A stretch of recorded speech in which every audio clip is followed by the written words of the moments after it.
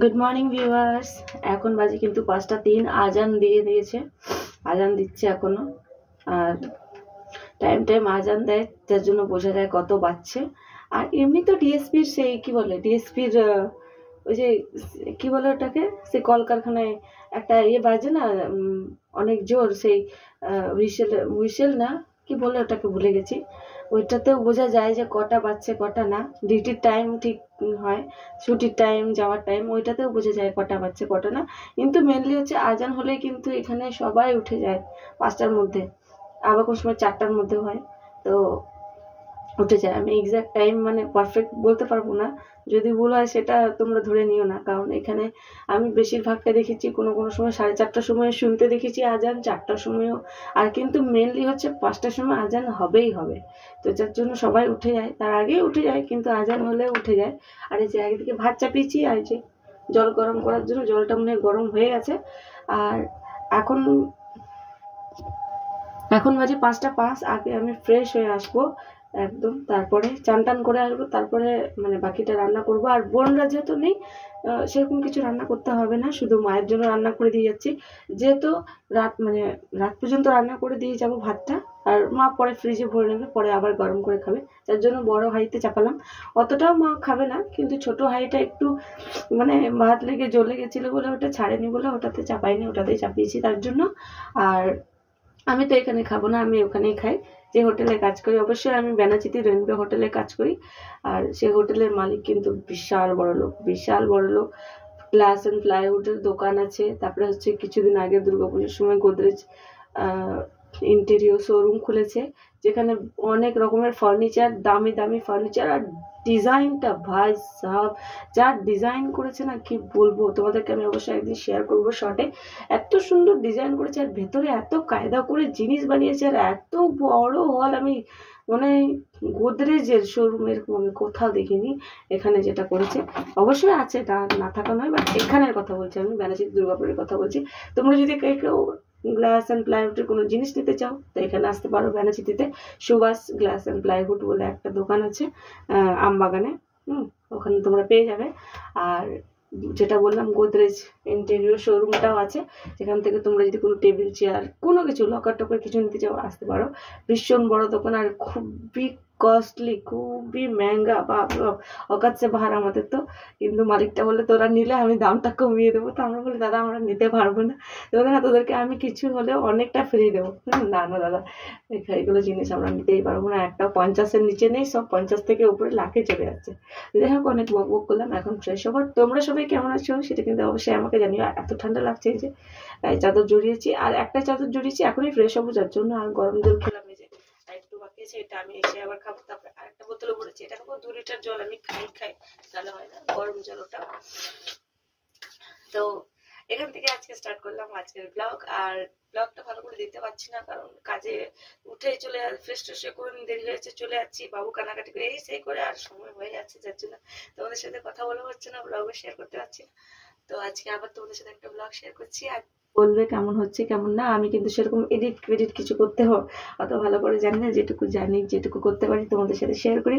তো তোমরা ভিডিওটা স্কিপ করো না, তোমরা ভাববে হয়তো আমি অনেক বক বক করলাম, তুমি মানে তোমরা ভাববে যে তুমি অনেক বক বক করেছো আর বেশি কথা বলবে। তো যার জন্য এখন বেশি কথা না বাড়িয়ে আগে ফ্রেশ হয়ে আসবো, আর ভাতটা করে দিয়ে যাবো, নাহলে এটা ফুটে যায় তখন আবার মুশকিল হয়ে যাবে।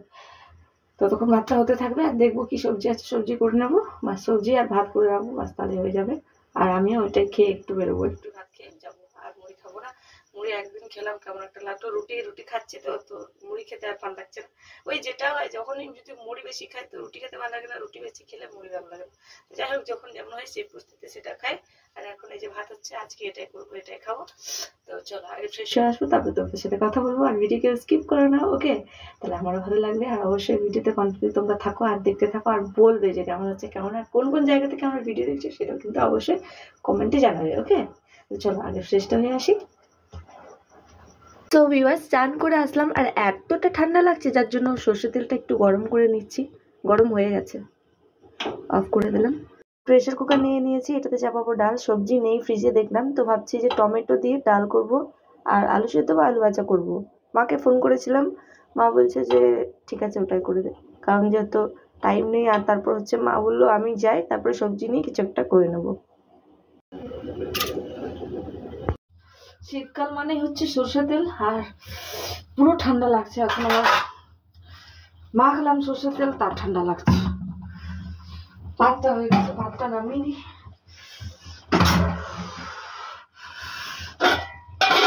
মানে যতক্ষণ চান করবে না ততক্ষণ ঠিক আছে, চান করে নিলে ঠান্ডা লাগে না, কিন্তু একটু কিছুক্ষণের জন্য একটু ঠান্ডা লাগে।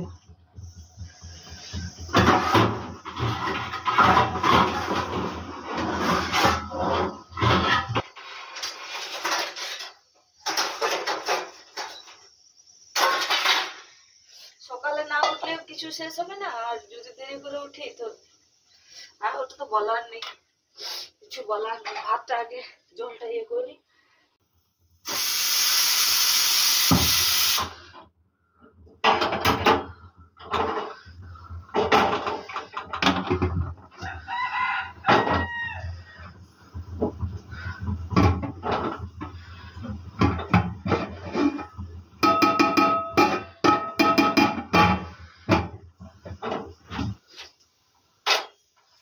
যেটুকু একটু একটু জল থাকবে ওটা এটার মধ্যে টেনে নেবে।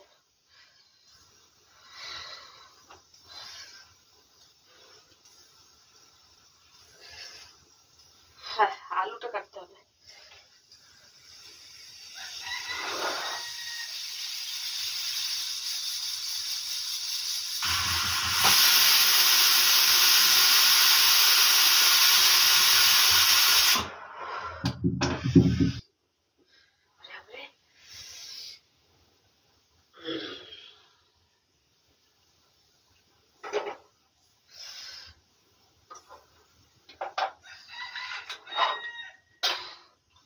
যখনই প্রেসার কুকার নিয়ে, আগে দুটো প্রেসার কুকার ছিল, ভেঙে গেছে ওটা, মানে অনেকদিন হয়ে ভেঙে গেছে।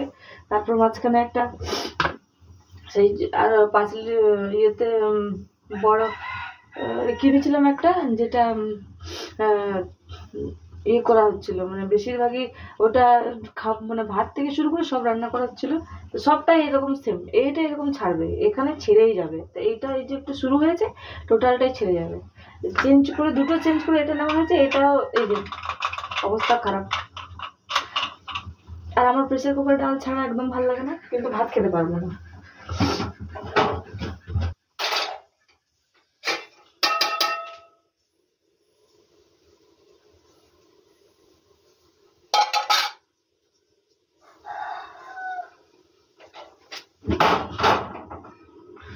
বাকি জলগুলো এরকম করে টেনে নেবে। তখন আলুটা একটু ইয়ে করে আলু সেদ্ধ করবো, বাস। আজকে কুয়াশা করেছে যা, একদম ভালো লাগছে না।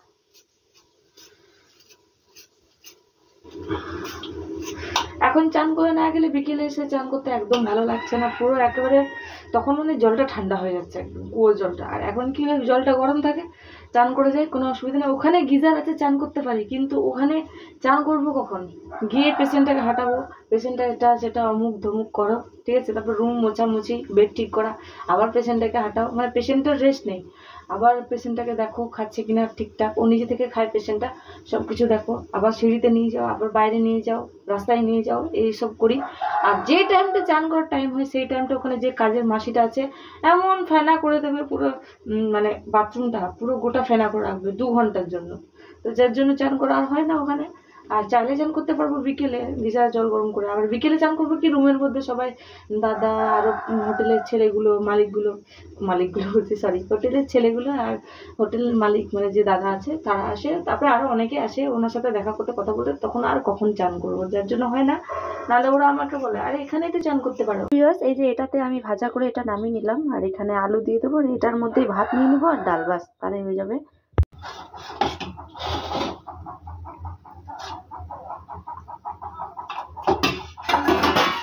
তো এই যে এখানে সব নিয়ে নিলাম, ভাত নিয়ে নিয়েছি, আর এই যে এখানে আলু একটু মেখে নিই, তাহলে ভালো লাগবে খেতে।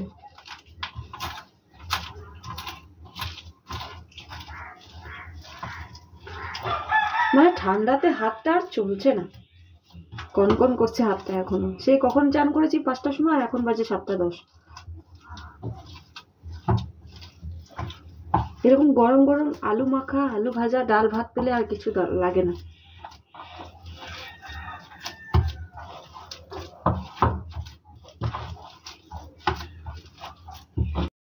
তো এই যে মেখে নিলাম, এবার খেয়ে নিই, ঝট করে খেয়ে বেরোতে হবে।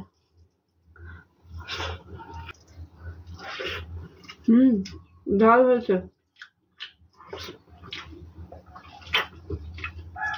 ভালোই ঝাল হয়েছে।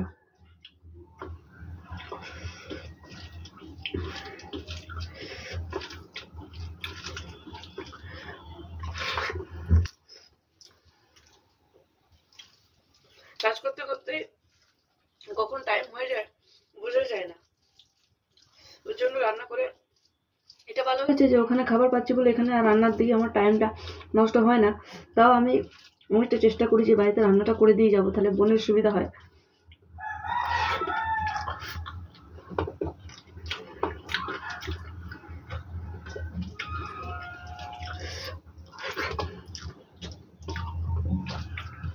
তো চলো ভিউয়ার্স, আমি খেয়ে নিই, খেয়ে বেরোবো।